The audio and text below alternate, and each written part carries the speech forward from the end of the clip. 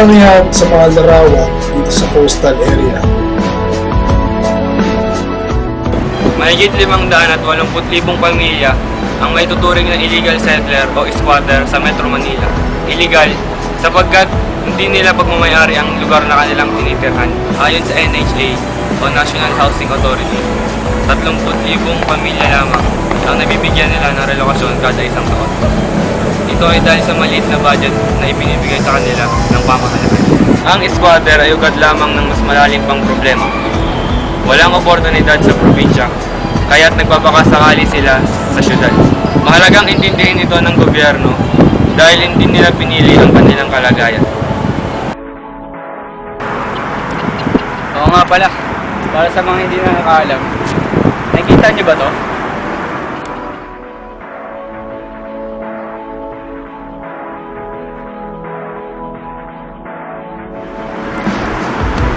Tawag dati dyan, bird sanctuary. Pero ngayon, may nadagdagan na eh. Ayan.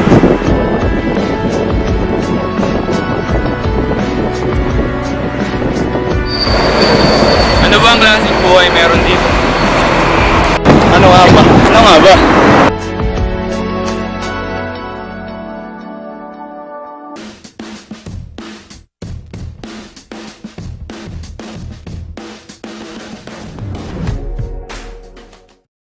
Ano po yung mga ikinabubuhay niyo dito? Ha? Lapas, mananaw. Mga magkano naman po yun? Meron pagmuraw. Kunti lang benta. Yan ang ano na, isa, nag-ano dyan. Ito mga basura dyan, mabinta yun. Mga plastic. Tulad ng nakararami, pangingisda ang pangunahing pamumuhay nila dito.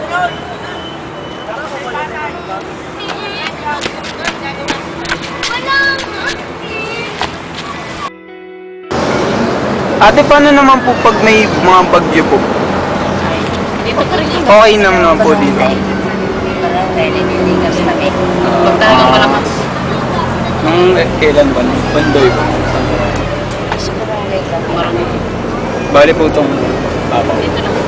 Dito, ano na siya? Tataas din. Tataas lang po. May stair po sa may lang. Nasa 35 hanggang 58 na mga polusyon sa ating katubigan ay galing sa mga kabahayan. Nasa kalahating kilo ng basura kada tao naman ang nasusukat araw-araw. 700 tonelada lamang kada araw ang nare-recycle habang 6,000 tonelada naman kada araw ang nitatambak sa mga dump sites at ang iba naman ay sa mga estero, kanal, ilog at kalsada. Ang polusyon sa ating katubigan ay mas lalo pang pinalala ng mga problema sa mahihirap na komunidad, lalong-lalo na dun sa mga ilog, estero at tabing dagat.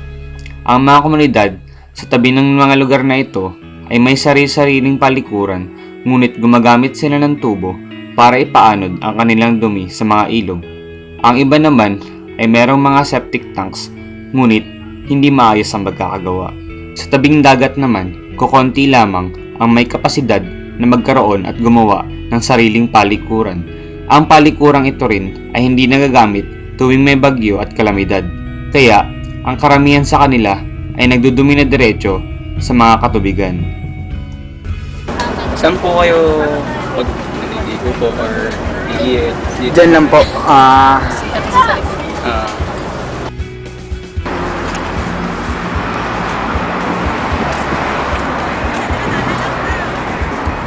Tunay ngang mahirap ang pamumuhay dito sapagkat wala silang kasiguraduhan sa kanilang kinikita.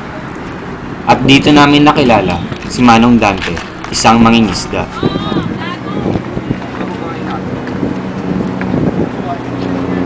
Ano pong pangalan niyo? Dante. Ilang taon na po kayo dito? 56. 56 na po. So, pwede po ba kayong magkwento tungkol sa buhay niyo po dito sa daan? Tabing dagat. Dito, alam niyo naman yung anak ko ay dito paano pangingisda. Kaya saan kayo banda nangingisda? Yan sa labas doon. Doon sa may marina. Dito na po kayo nakatira dati pa? Oo, wala nung dito. Simula paglaki po. O Hindi. Kuwan lang kami dito. lumipat? Galing kami doon sa likod ng Coastal Mall. Ah, Ito lahat na ito, galing ito doon. May tinayuan na roon, nilipat kami rito. Ngayon naalisin naman ito. Hindi namin Coastal Mall. May pamilya po kayo dito. Meron, Ilan po anak? 5. Ilan po nag-aaral? Lahat po nakapag-aaral? Nagkapag-aral naman kami. Mga maliliit pa po. O malalaki pa. Nag-graduate niya na lang. May mga pamilya na rin po ba? Yung dalawa, tatlo lang. Ano-ano nga ba ang saloobin nila tungkol sa relocation site? niyayaan naman po ba kayo lumipat sa ibang lugar o hindi po? Kaya lang kami ang relocation natin ng Bonnie. Yung urban pool. Kaso layo sa Ah, ay sa out of 72 families kami dito. Isa lang lumipat. Siya lang ngayon nandun, kami lahat. Hindi kami tumanggap na. Kasi yan nga ikabubuhay ng tao rito, yung panagap. Tapos ilipat doon sa bundok. Ano naman gagainin namin doon? tinutulungan naman po ba kayo ng gobyerno dito o hindi po? Wala, ito lang ang pinagtulong nila. Minsan may mga kwan dito, yung mga urban poor na kwan, may bigay dyan 1 kilong bigas. Ang National Housing Authority bilang pangunahing ahensya ng pamahalaan na namamahala sa pagkakaloob ng pabahay sa mga kapuspalad at walang tirahan ay hindi saklaw ng pagbabayad ng lahat ng bayarin at ng anumang uri ng singilin, maging ito ay lokal o nasyonal, katulad ng mga buwis, sakita at iari-ariang di natitinag. Ang lahat ng mga kasulatan o kasunduan na pinagtibay ng at pabor sa National Housing Authority ay hindi rin saklaw ng pagbabayad ng buwis sa selyo, dokumentaryo at sa mga bayarin sa pagtatala, kabilang ang mga bayaring kinakailangan para sa pagpapalabas ng mga titulo ng lupa.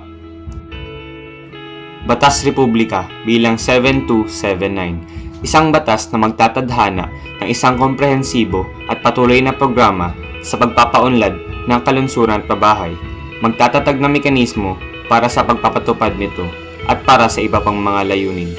Ang batas na ito ay tatawaging Batas sa Pagpapaunlad ng Kalunsuran at Pabahay ng 1992 or Urban Development and Housing Act of 1992.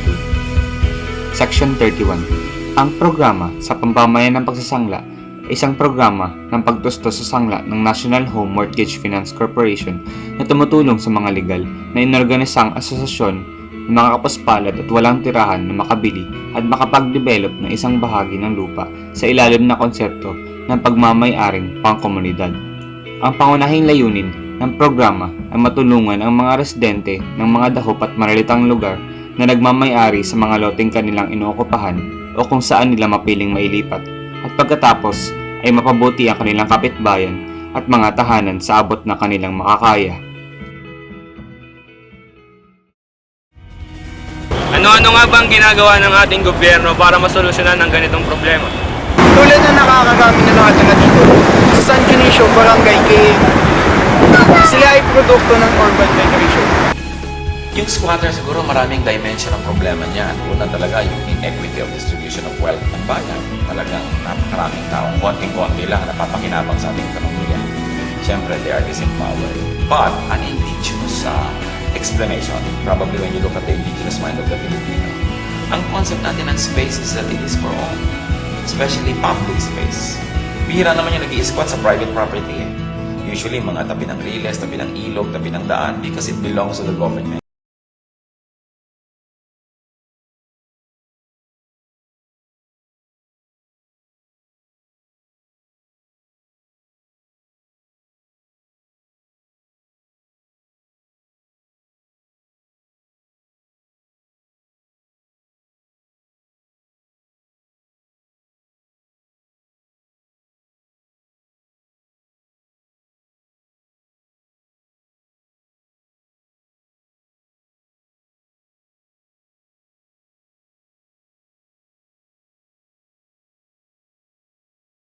ng ating lipunan. Masakit man isipin pero ito ang katotohanan. Ang mga problema sa ating lipunan ay lubos ng laganap at makikita sa mahirap ng lugar. Kagaya na ng mga squatter area. Ang water pollution ay isa dito. Ito ay laganap at makaramdaman sa kabihas ng partikular dito sa Metro Manila. Maaring parte na ito ng ating kasaysayan. Mahirap man maalis, ngunit sa tamang pamamalakad at tamang pamamaraan, maaaring ito ay unti-unting masolusyonan. Eh ikaw, ano magagawa mo? Una, disiplina sa sarili. Magtapon ng basura sa tamang lugar. Pangalawa, relokasyon. Tamang relokasyon para sa mga squatter. Pangatlo, hanap buhay malapit sa relokasyon. Pangapat, kooperasyon. Makipag-cooperate sa programa ng gobyerno. Kalima, tamang hanap buhay sa probinsya para maiwasan ng urban migration. Sa madaling salita, tamang hanap buhay at pabahay sa location site. Kaakibat nito ang pagsunod sa ating batas ng pamahalaan. At higit sa lahat, disiplina sa sarili dahil sa sarili nagsisimula ang pagbabago.